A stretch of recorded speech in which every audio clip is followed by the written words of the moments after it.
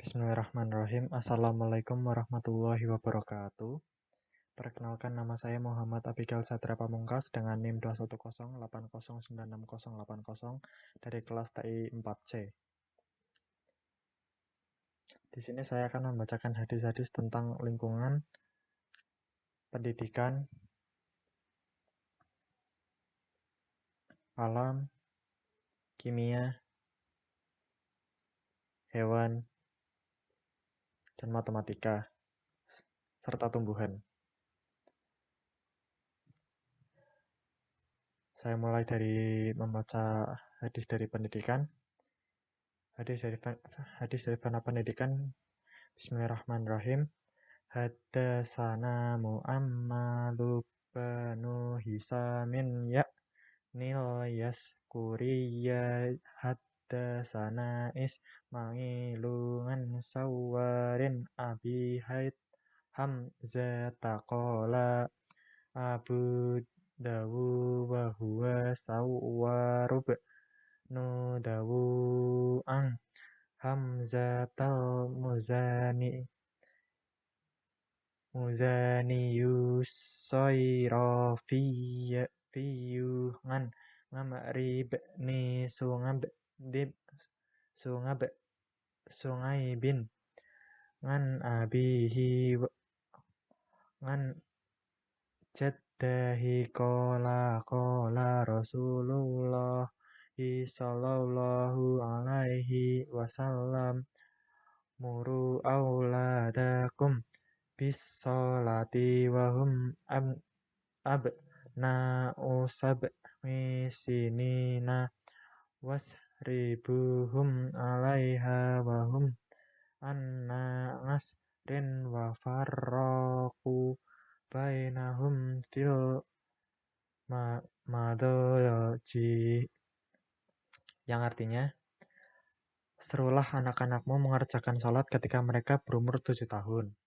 Dan pukullah mereka jika mereka tidak mengerjakan sholat ketika mereka telah berumur 10 tahun. Dan pisahkanlah tempat tidur mereka antara putra dan putri. Hadis riwayat Abu Dawud. Penjelasannya, Rasulullah SAW memerintahkan kepada orang tua muslim untuk mendidik anak-anaknya mengerjakan sholat ketika sudah berusia 7 tahun. Hadis ini secara jelas memerintahkan kepada orang tua agar memberikan pendidikan sholat kepada anak-anak jika mereka sudah berusia 7 tahun, dan jika pada usia 10 tahun anak tidak mau melaksanakan sholat atau meninggalkan sholat, maka orang tua boleh memukulnya, tetapi bukan memukul anak dengan kasar dan keras sampai anak merasa tersiksa. Yang dianjurkan Rasulullah SAW adalah memukulnya sebagai peringatan dan tidak melampaui batas kasih sayang. Hadis ini juga ditahrij oleh At-Tirmizi dan ia mengatakan bahwa ini adalah Hasan Sahih. Hikmahnya, mengajarkan anak sholat sejak dini akan membuat mereka terbiasa untuk lebih rajin beribadah ketika beranjak dewasa dan menjadikan mereka kian soleh dan solehah. Kemudian hadis tentang pendidikan yang kedua ada Bismillahirrahmanirrahim.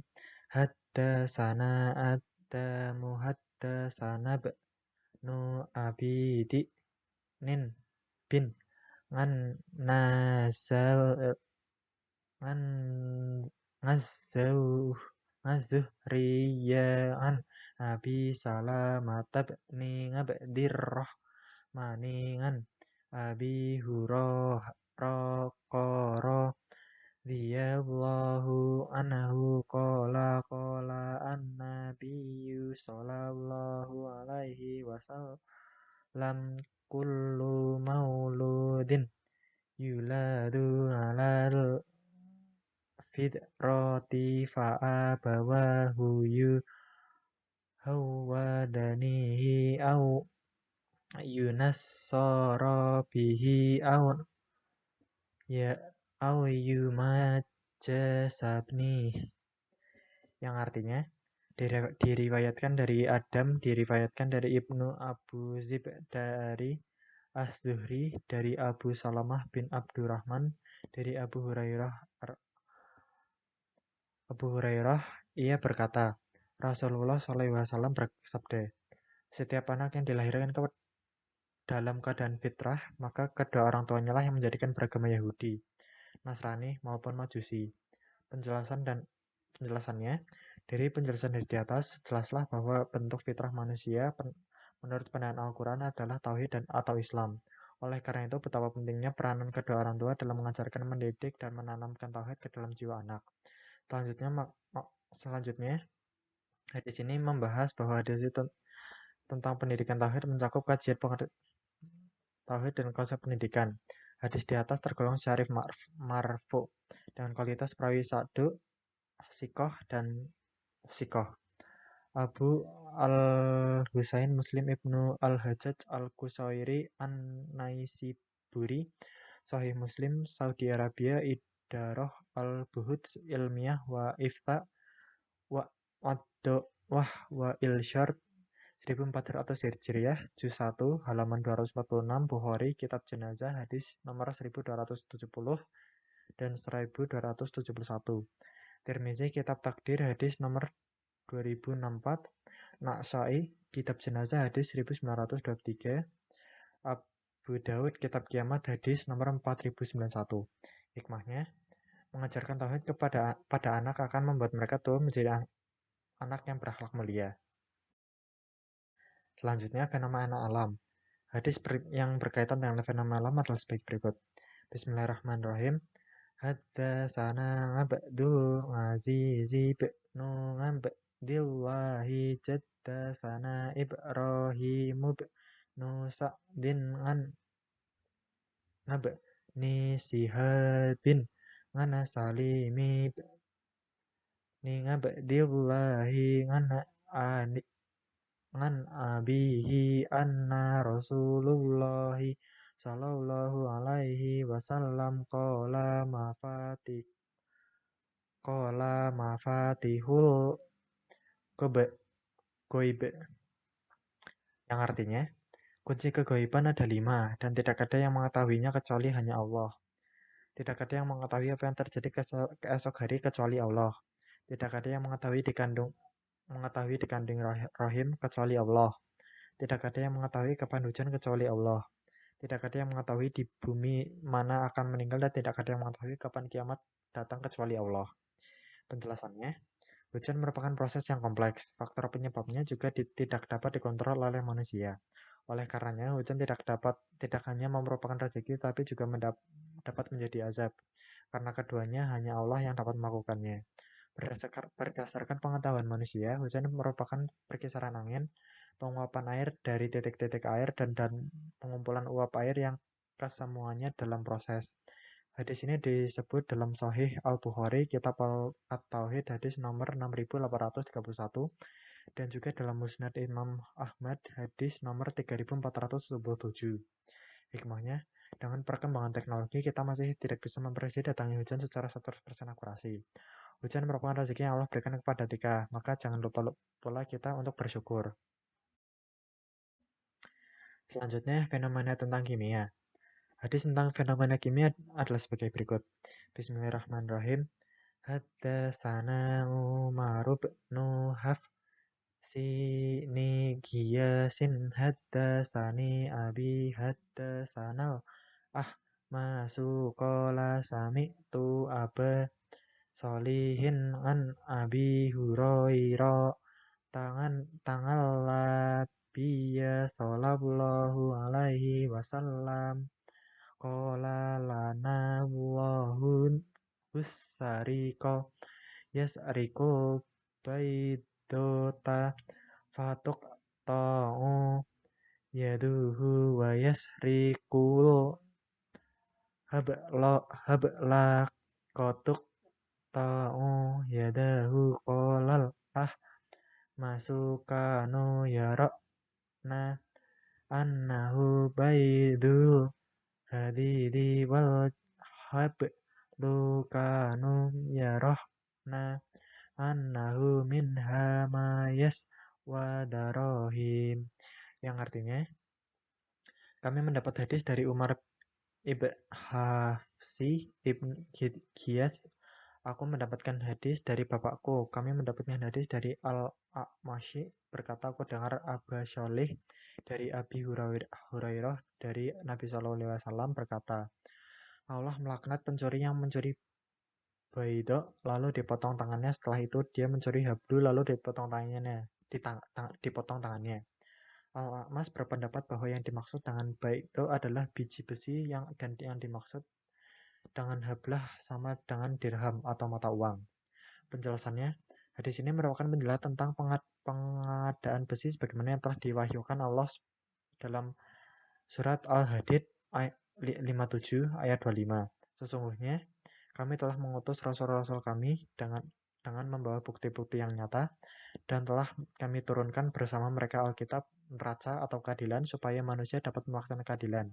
Dan kami ciptakan besi yang padanya terdapat kekuatan yang hebat dan berbagai manfaat bagi manusia, supaya mereka mempergunakan besi itu dan supaya Allah mengetahui siapa yang menolong agamanya dan rasul-rasulnya, padahal Allah tidak dilihatnya. Sungguhnya Allah Maha Kuat lagi Maha Perkasa. Hikmahnya bersyukur akan mineral yang Allah sediakan pada kita di bumi ini akan betapa banyak digunakan dan bergunanya besi. Kemudian untuk fenomena lingkungan hadisnya sebagai berikut. Bismillahirrahmanirrahim. Man qata'a sidratan sotaqballahu ra'mahu finnar, yang artinya barang siapa yang menebang pepohonan maka Allah akan mencelupkannya ke dalam neraka. Penjelasannya, maksud hadis di atas dijelaskan kemudian oleh Abu Daud setelah meriwayatkan hadis tersebut, yaitu kepada orang-orang yang memotong pepohonan secara sia-sia sepanjang jalan, tempat para musafir, dan hewan berteduh. Ancaman keras tersebut secara eksplisit merupakan ikhtiar untuk menjaga kelestarian pohon, karena keberadaan pepohonan tersebut banyak memberi manfaat bagi lingkungan sekitar. Kecuali jika penebangan itu dilakukan dengan pertimbangan cermat atau menanam pohon baru dengan menyiramnya agar bisa digantikan fungsi pohon yang ditebang itu. Diriwayatkan oleh Abu Daud 75 dari sahabat Abdullah bin Huwaisi, nomor hadis 4564 dan 3081, diriwayatkan pula oleh An-Nasa'i 303, nomor hadis 8294.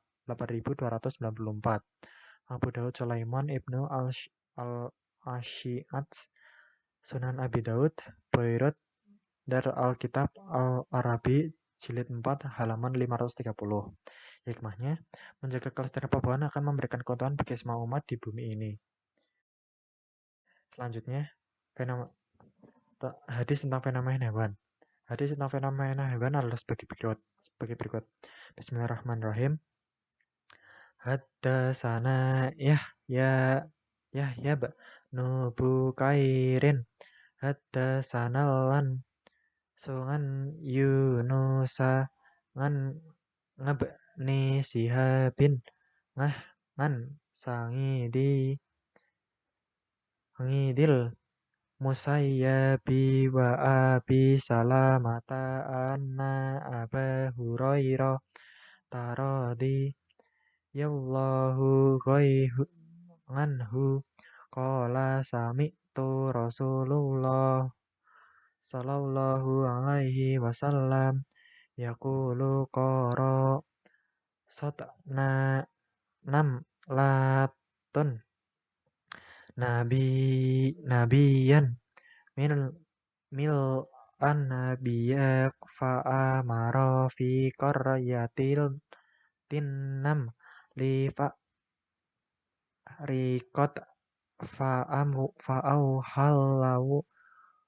fa'auhallahu ilaihi an qarasat kanam latan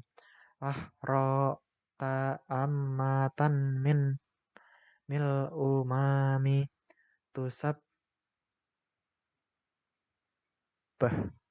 yang artinya kami mendapat hadis dari Yahya Ibnu Bukairin, kami mendapat hadis dari Yunus, dari Ibnu Syihab, dari Sa'id Ibnu Musayyab, dari Abi Salamah, sesungguhnya Abu Hurairah berkata, kau dengar Rasulullah SAW berkata, ekor semut pernah menggigit seorang nabi. Nabi memerintahkan untuk mendatangi sarang semut dan membakarnya. Tetapi kemudian Allah menurunkan wahyu kepadanya. Apakah seekor semut menggigitmu, lalu kamu membinasakan satu umat yang selalu bertasbih? Penjelasannya, Para ilmuwan menemukan bahwa semut memiliki kecerdasan tinggi. Pada bagian tubuhnya memiliki otak dan syaraf, pusat, serta sel-sel sensorik. Allah berfirman dalam surat An-Naml ayat 18, hingga apabila mereka sampai di lembah semut, berkatalah seekor semut, "Hai semut-semut, masuklah ke dalam sarang-sarangmu, agar kamu tidak diinjak oleh Sulaiman dan tentaranya." Sedangkan mereka tidak menyadari. Hikmahnya mengingat bahwa meski semut itu kecil, mereka tetap makhluk Allah, dan kita harus saling menyayangi sesama makhluk. Kemudian fenomena matematika. Hadis tentang fenomena matematika adalah sebagai berikut. Bismillahirrahmanirrahim. Qala fiha fima saqata al lanahara wal khaymu al nguzuru wa fima sukiya bisaniyatinis full gosr, yang artinya tanaman yang mendapat air sungai dan tada hujan zakatnya 1/10, dan tanaman yang mendapat air dengan cara usaha seperti dengan kincir air dan sebagainya zakatnya 1/20. Hadis riwayat Muslim nomor 1630. Penjelasannya, pada hadis ini terdapat dua bilangan pecahan, yakni 1/20 dan 1/20. Secara bahasa dalam hadis disebutkan al-yusur yang artinya 1/10 dan nifsu al-nusyir dengan arti kata dasar setengah dari 1/10. Setengah dari 1/10 ini diterjemahkan secara langsung dengan 1/20. Dengan demikian, dalam hadis tersebut tidak hanya memuat bilangan pecahan, namun juga memuat operasi perkalian pada bilangan pecahan, yakni setengah kali 1/10. Hikmahnya, mempelajari matematika memberikan kita pengetahuan pembagian di bidang agama Islam, seperti zakat dan warisan. Yang terakhir, fenomena tumbuhan. Hadis tentang fenomena tumbuhan adalah sebagai berikut. Bismillahirrahmanirrahim. Haddatsana Abnu Aimin haddatsana Sufyanu an Abdil Maliki an Amri ni Haraisi an Sa'idi ni Zadin radhiyallahu anhu qala qala Rasulullah alaihi wasallam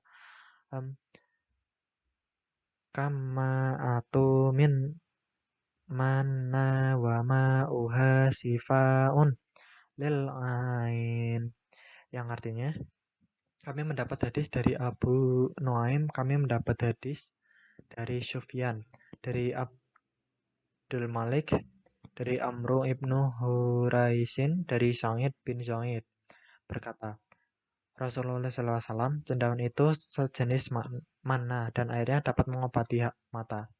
Hadis ke-4118 dalam kitab Mawaqi'ul Islam juz 13 halaman 396. Penjelasannya, di antara maksud hadis ini adalah bahwa cendawan ini itu termasuk anugerah Allah yang artinya dapat menyembuhkan sakit mata.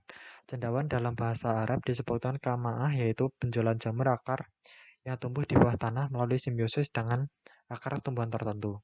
Cendawan tumbuh di bawah tanah sampai kedalaman 30 cm dan berkelompok, berbentuk bulat berangkai, lunak, dan warnanya berangsur-angsur dari putih, abu-abu, coklat, dan hitam. Aromanya bau. Cendawan ini tumbuh pada komposisi antara pasir dalam, kerikil, dangkal, dan batu. Pertumbuhannya tambah subur ketika musim angin petir. Jika cendawan tidak mengelompok dengan cepat, akan membentuk spora dalam dirinya, yaitu debu yang sangat halus. Kantong spora dapat pecah yang isinya kemudian bertebaran dan akan tumbuh lagi ketika ada angin petir. Hikmahnya, memberikan pengetahuan bahwa tanaman cendawan merupakan obat yang berguna untuk penderita sakit mata. Sekian materi yang dapat saya sampaikan tentang hadis-hadis untuk beberapa fenomena. Bila ada kekurangan atas apa yang saya sampaikan atau tutur kata yang kurang berkenan, saya mohon maaf. Billahi taufik wal hidayah. Wassalamualaikum warahmatullahi wabarakatuh.